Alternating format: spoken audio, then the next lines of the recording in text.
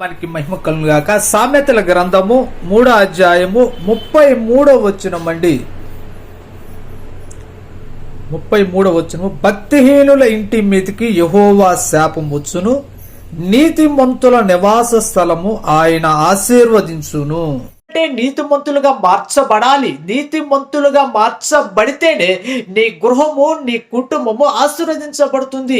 నీతిమంతులుగా ఎలాగ మార్చబడతామంటే, నీతిమంతుడు మనకు కావాలి. మనలో నీతి లేదు కాబట్టి, మనలో లోపాలు, మనలో బలహీనతలు ఉన్నాయి కాబట్టి మనకు నీతిమంతుడు కావాలి. బలహీనతలు లేని ఆయన కావాలి, లోపాలు లేని ఆయన అయితేనే మనం నీతిమంతులుగా మార్చబడతాం. ఎవరున్నారు భూమి మీద నీతిమంతులు అనేవారు?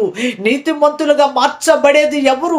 యేసుక్రీస్తు ప్రభువు ఒక్కరే నీతిమంతుడు.